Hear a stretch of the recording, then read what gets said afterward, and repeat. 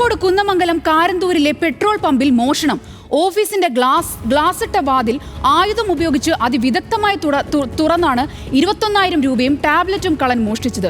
മോഷണം നടത്തുന്നതിന്റെ CCTV ദൃശ്യങ്ങൾ ന്യൂസ് മലയാളത്തിന് ലഭിച്ചു.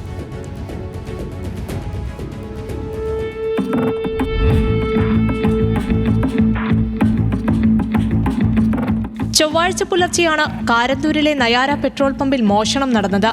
പമ്പ് തുറക്കാൻ രാവിലെ 6 മണിക്ക് മാനേജർ എത്തിയപ്പോൾ ഓഫീസിന്റെ വാതിൽ തുറന്നു കിടക്കുന്നത് കണ്ടു. അകത്ത് കയറി പരിശോധിച്ചപ്പോൾ മോഷണം നടന്നെന്ന് വ്യക്തമായി. തുടർന്ന് കുന്നമംഗലം പോലീസിൽ വിവരമറിയിച്ചു. പോലീസും വിരലടയാള വിദഗ്ധരും ഡോഗ് സ്ക്വാഡും സ്ഥലത്തെത്തി പരിശോധന നടത്തി. മോഷ്ടാവ് ഓഫീസിന്റെ ഗ്ലാസ് വാതിൽ ആയുധം ഉപയോഗിച്ച് അതിവിദഗ്ധമായി തുറന്ന് അകത്ത് കയറുന്നത് CCTV ദൃശ്യങ്ങളിൽ കാണാം.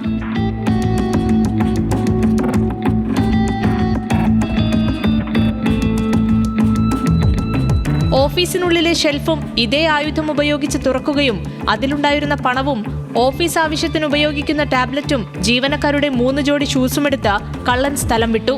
ശേഷം തൊട്ടടുത്ത് തന്നെയുള്ള മറ്റ് 2 സ്ഥാപനങ്ങളിലും മോഷണ ശ്രമം നടത്തി.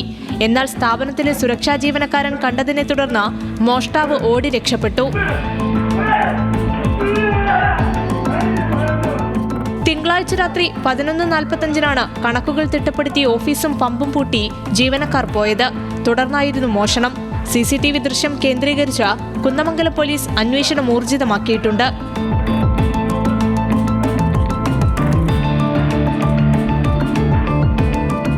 ന്യൂസ് മലയാളം, കോഴിക്കോട്.